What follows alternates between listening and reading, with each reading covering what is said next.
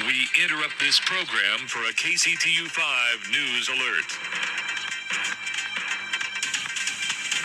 Good morning. I'm R.J. Dickens. With me, Ryan Terry. Moments ago, a press conference in the city council chambers at City Hall concluded. After 55 minutes of speech making, we finally came down to an announcement of what a lot of Wichitans have been waiting for well over 30 years. And it went something like this. Yesterday afternoon, agents from the KBI, agents from the FBI, members of the Wichita Police Department arrested Dennis Rader, 59, a white male, in Park City. Welcome to Bed Crime Stories podcast. I'm your host, T. Hope you guys are all doing well. This is the Idaho 4, what we can learn about the Kohberger family and what they're going through currently, from Dennis Rader's daughter, Kerri Rawson. On February 25th of 2005, then 59-year-old Dennis Lynn Rader, a.k.a. BTK, was arrested at 12:15 p.m. while driving home from work in the white city truck he used for his job as a compliance supervisor in Park City. In that role, Rader was in charge of animal control and general code enforcement. Rader was en route to have lunch with his wife of 33 years, 56-year-old Paula. They had met for lunch every weekday for the past 14 years at their 3-bedroom ranch. When he was pulled over, Rader was forced face down to the pavement and handcuffed. There, he learned that he'd finally been caught and arrested for his 3-decade-long crime spree in which he took the lives of 8 adults and 2 children. Along with his victims, Rader terrorized all of those people living in Wichita, Kansas, including his own family, for those 3 decades when he flew, excuse the pun, under the radar. After taunting the authorities one too many times, Rader, who loved the attention and longed for fame or notoriety, finally got caught. One of the first things he said after being arrested was, "Hey, would you please call my wife? She was expecting me for lunch. I assume you know where I live." End quote. Once in the clutches of law enforcement, Rader confessed to the crimes on national television, proving to his incredulous family that he was indeed guilty of the most heinous crimes. All right, Mr. Rader, I need to find out more information. On that particular day, the 15th day of January, 1974, can you tell me where you went to kill Mr. Joseph Otero? I think it's 1834, Edgemore. All right. Can you tell me approximately what time of day you went there? Somewhere between 7 and 7:30. This particular location, did you know these people? No, that's no, that was part of my, I guess my what you call fantasy. These people were selected. All right, so you were engaged in some kind of fantasy during this period of time? Yes, sir. All right.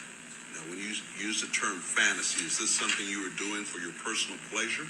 Sexual fantasy, sir. I see. So you went to this residence, and what occurred then? Well, I had did some thinking on what I was going to do to either Mrs. Otero or Josephine, and basically broke into the house, or didn't break into the house, but when they came out of the house, I came in and confronted the family, and then we went from there. This news came as a complete shock to his wife and 2 grown children.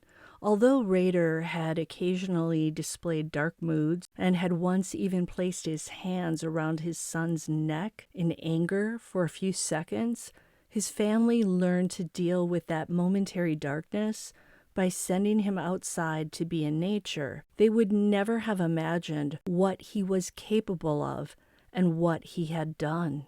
Rader's daughter, Kerri Rawson, was 26 years old at the time her dad was captured.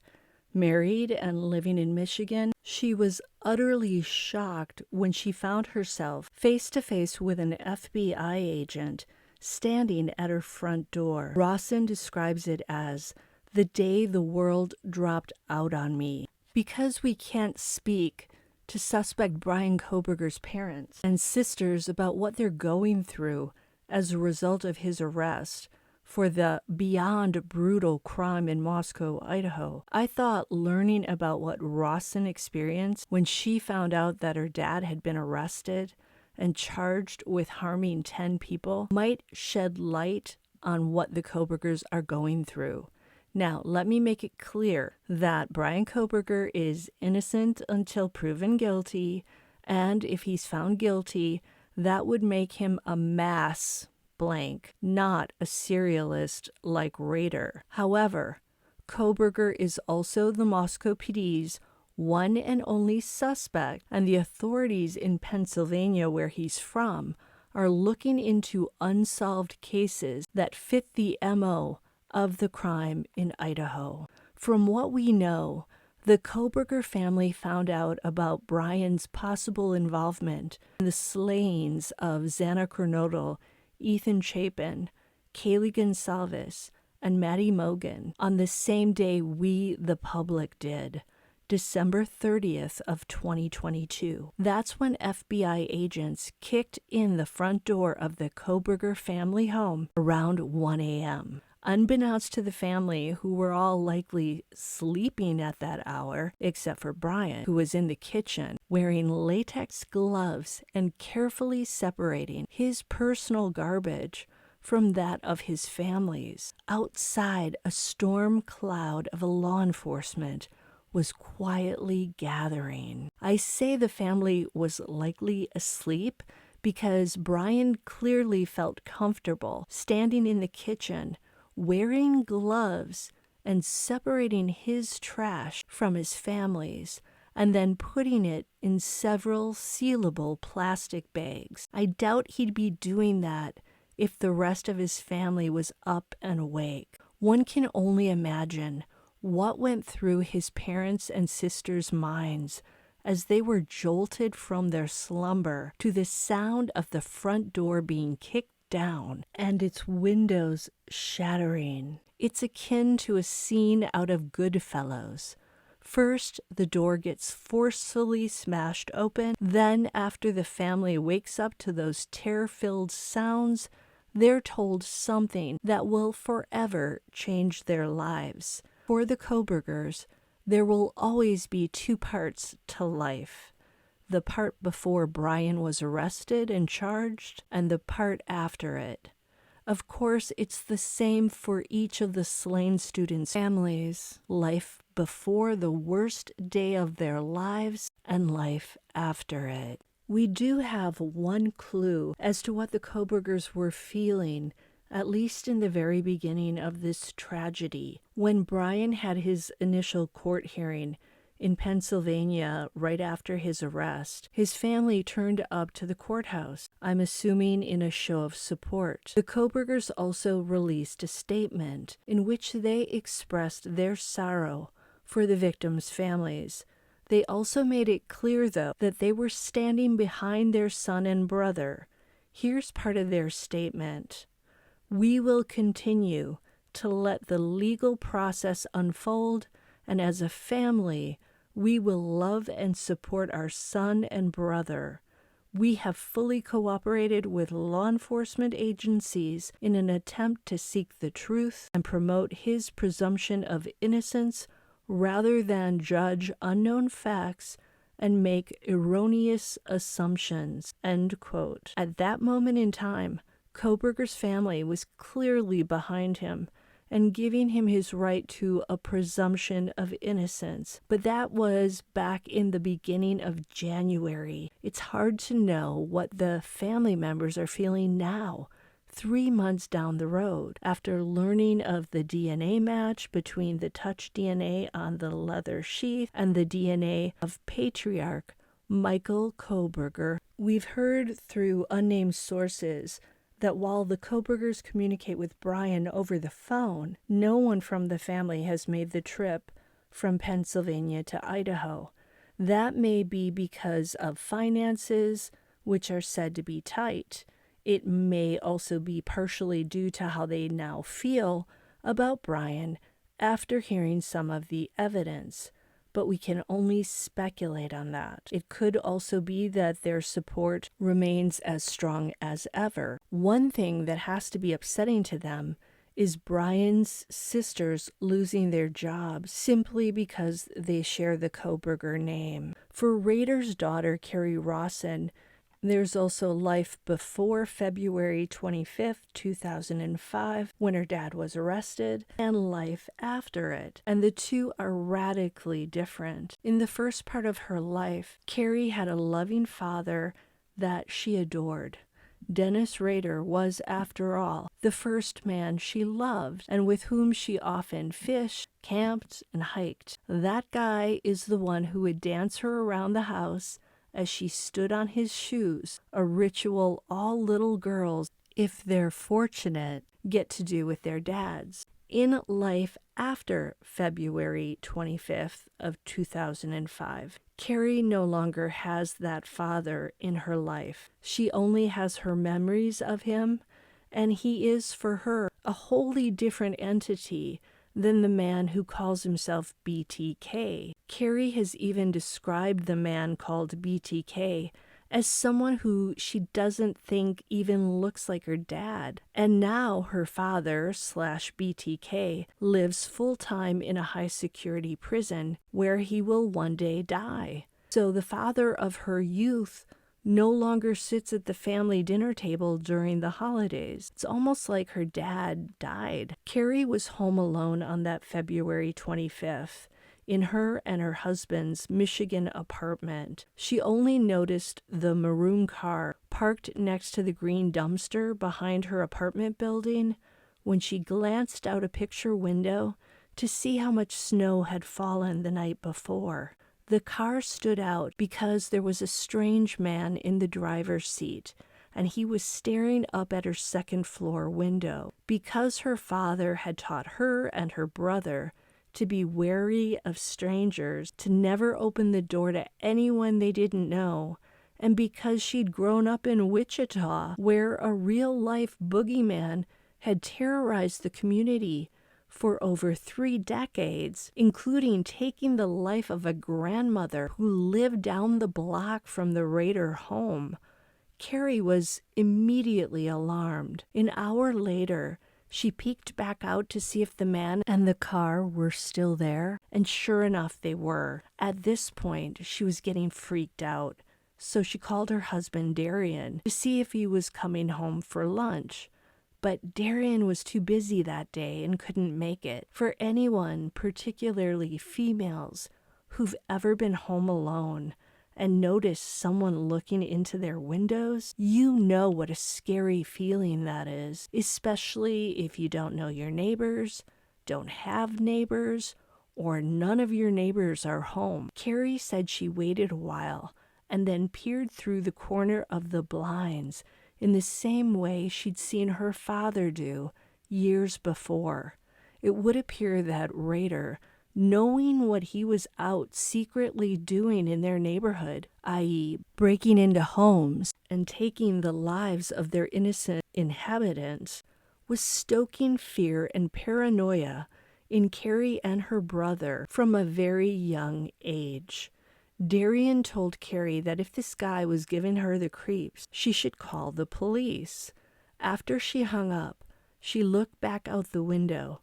The car was still there, but the man was no longer inside it. Just then she heard clank, clank, clank. And no, it wasn't the trolley. And if you get that movie reference, then you and I should drink wine together. Inside her apartment building, someone was coming up the stairs. She theorized that another resident must have left the building's front door propped open. Her heart was now racing. Kerri wrote of that moment, "I was sure the man in the car was now on the other side of the door, which only had a simple lock on it, no deadbolt. The house I grew up in had deadbolts which were always kept locked, no matter what time of day."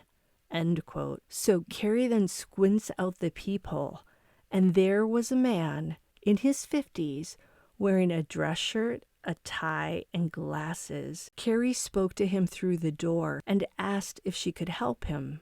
The man told her that he was with the FBI and needed to speak to her. She asked to see his badge, and he flipped it open. He wanted to come in and talk. Kerri, although still wary, decided to let him in.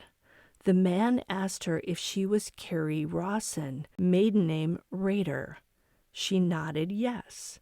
He then asked her if she'd heard of BTK. Kerri was like, "You mean the guy they're looking for in Wichita?" The man in the glasses said yes. Kerri's mind immediately leapt to her mother and her grandmother who still lived in Wichita, and whether something horrible had happened to them. The FBI agent then told Kerri that her dad had been arrested and that he was wanted as BTK. It turned out that FBI agent had gone to the Rader home to speak to Rader's wife Paula and to Kerri's apartment and the location where her brother was on that same day, tell them about what their relative was charged with. Kerri describes shaking all over after hearing what the FBI agent said. She described the room she was in suddenly turning red and having dark splotches come into view. She said it was like falling into a black hole. Sounds like she was close to fainting. I once fainted in a doctor's office, and those dark splotches are exactly what I saw right before I went out. Note that after Kerri's dad was arrested, he confessed to the crimes on national television. It wasn't long before Rader was sentenced to 10 consecutive life terms. By confessing, Rader spared his family the pain of having to go through a trial and being called to testify. In the months after her father's arrest, Kerri said she tried hard not to split apart. She said that on the day of her father's plea hearing, the weight of what he'd done crushed her once more. And by July of 2005, the family home she'd grown up in was auctioned off. At the auction, a woman purchased the home for $30,000 more than it was worth. Later, the sale stalled when lawsuits were filed, one by 3 of the victims' families and one by the state of Kansas. While Kerri's mom was dealing with the lawsuits, she continued making payments on the house to avoid defaulting with the bank. She also rented a new place for the family to call home. Although Paula had nothing to do with her husband's brutal crimes and had genuinely not known about them, she was stuck dealing with his costs and consequences. Paula immediately got an emergency divorce from Rader. As Kerri wrote in her book, 34 years, one marriage, gone like that. End quote. I would add that for Kerri and her brother, one seemingly loving father for 26 years, who'd walked her down the aisle on her wedding day, was also forever gone, just like that.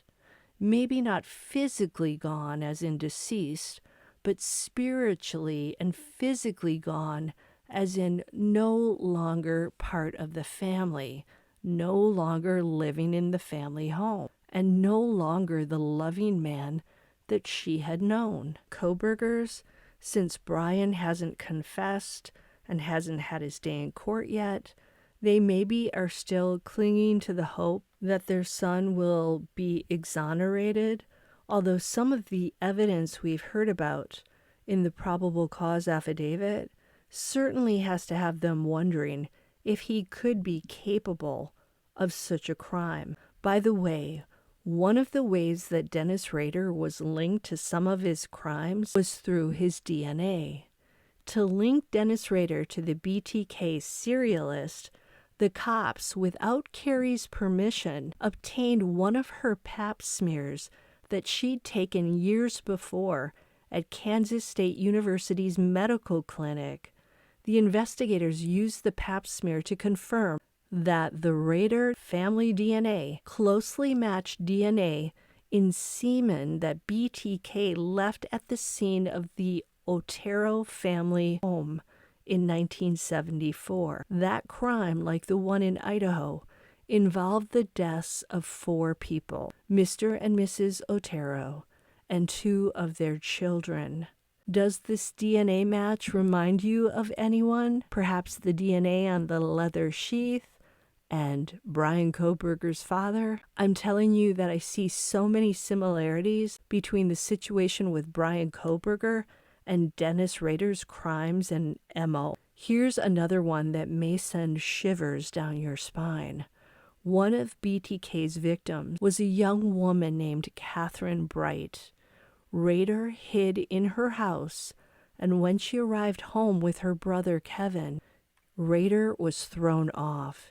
He'd only anticipated Catherine being in the residence, thus he was forced to attack 2 people instead of 1. And Kevin, like Ethan Chapin and Xana Kernodle, was a very strong young person. Rader confronted the siblings wearing a stocking cap and gloves and holding a weapon.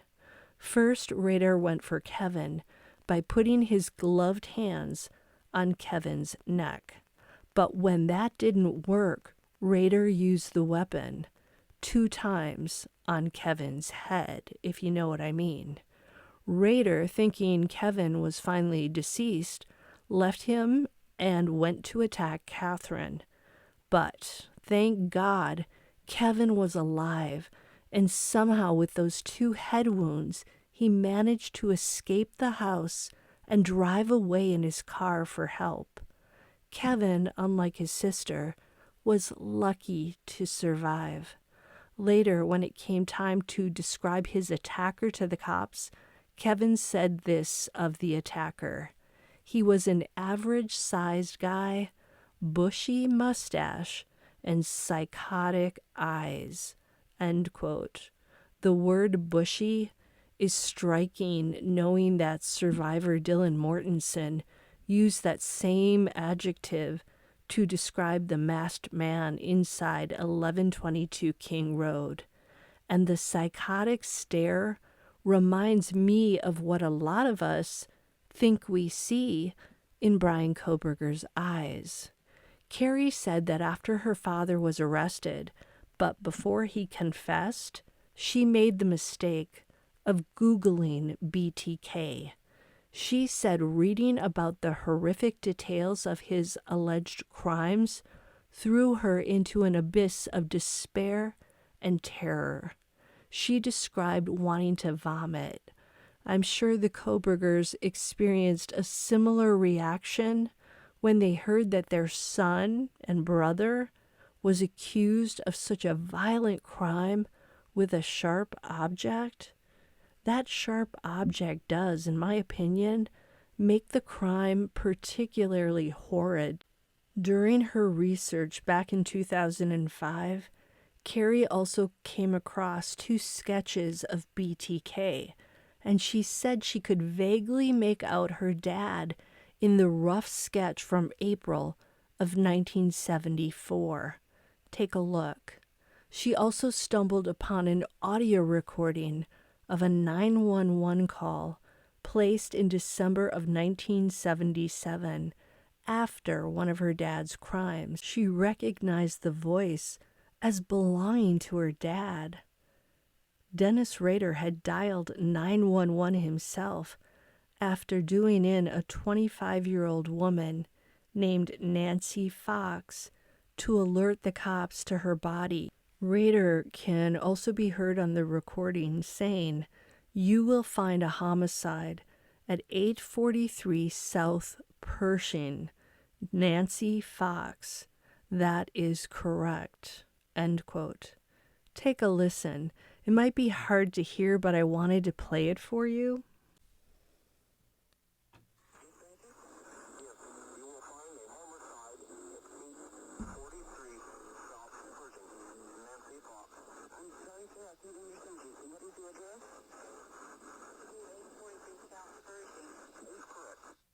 Can you believe the audacity of this guy?